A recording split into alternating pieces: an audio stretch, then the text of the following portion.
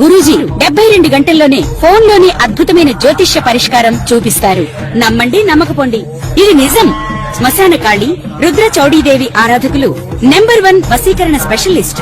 గురూజీ మనిషి పుట్టుక నుండి చనిపోయే వరకు వచ్చే అన్ని క్లిష్టమైన సమస్యలకు పరిష్కారం ఇక్కడ లభిస్తుంది. విద్య, ఉద్యోగం, వ్యవహారం, స్త్రీ ప్రేమ, పెళ్లి, సంతానం, స్త్రీ పురుష వశీకరణం, భూవశం, భార్యాభర్తల కలహాలు, కోర్టు సమస్యలు, విడాకుల సమస్యలు, చేతబడి, అప్పుల బాధ, ఇంకా మీకు ఎలాంటి సమస్యలు ఉన్నా 72 గంటల్లోనే శాశ్వత పరిష్కారం చేయబడును. ప్రేక్షకులందరికీ నమస్సుమాంజలి. శుక్లాంబరధరం విష్ణుం శశివర్ణం చతుర్భుజం ప్రసన్నవదనం ధ్యాయేత్ సర్వవిఘ్నోపశాంతయే. అగజా ఆనన పద్మార్కం గజాననమహర్నిశం అనేకదంతం భక్తానాం ఏకదంతముపాస్మహే ఏకదంతముపాస్మహే.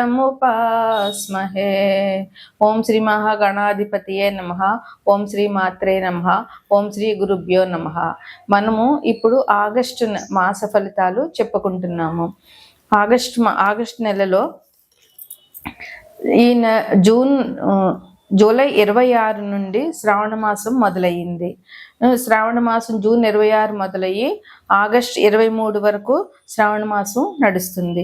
శ్రావణ మాసం అంటే స్త్రీలందరికీ చాలా మంచి మాసం. చాలా వరలక్ష్మి పూజలు, లక్ష్మీ పూజలు, మంగళగౌరి పూజలు, వాయనాలు, పేరంటాలు చాలా అందంగా, చాలా అట్టహాసంగా జరుపుకుంటారు స్త్రీలందరూ.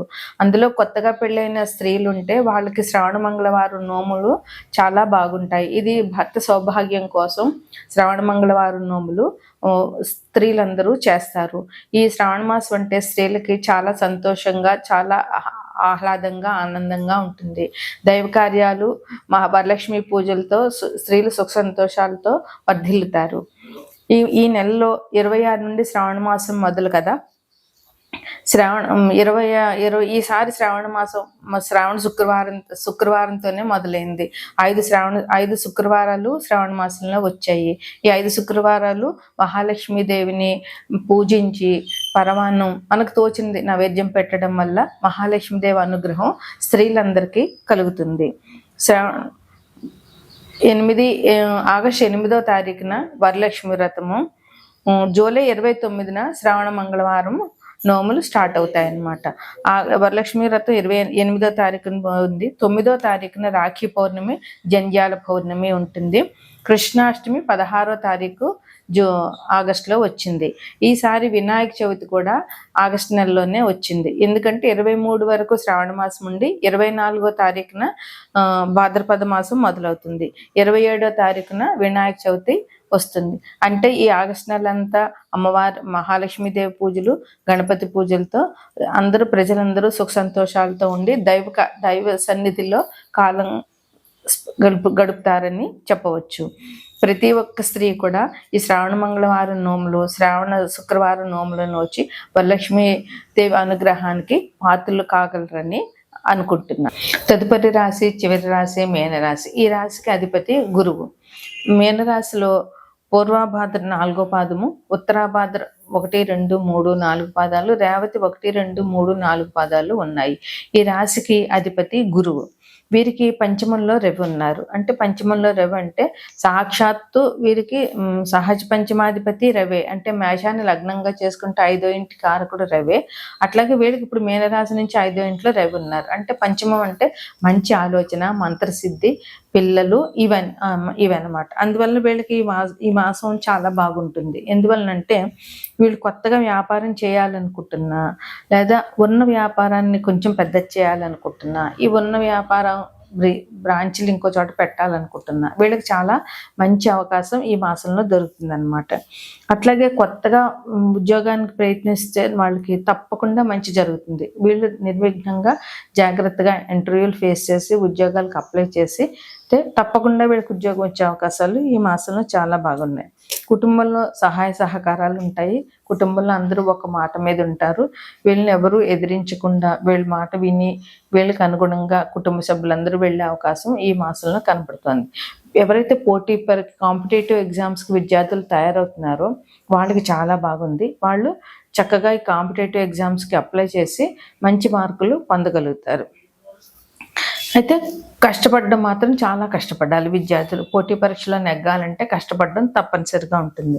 అలాగే తలనొప్పి, ఒళ్ళు నొప్పులు లాంటివి, కొంచెం అనారోగ్యాలు వచ్చేటటువంటి అవకాశాలు బాగుంటాయి. ఇంకా వీళ్ళకి ఆర్థిక పరిస్థితి చాలా బాగుంటుంది.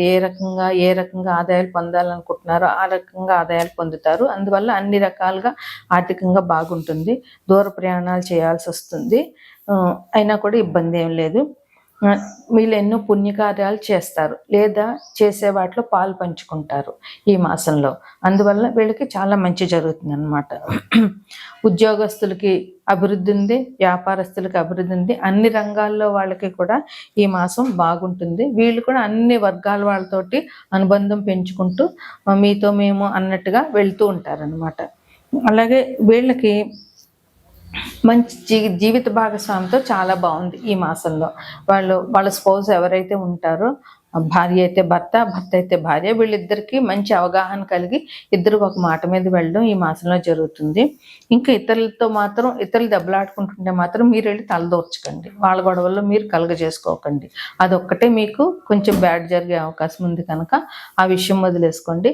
ఇక ఈ మాసంలో శ్రావణ శుక్రవారాలు 5 శుక్రవారాలు వచ్చాయి కనుక 5 శుక్రవారాలు మహాలక్ష్మి దేవిని పూజించడం వల్ల మీకు ఇంకా అభివృద్ధి జరుగుతుంది.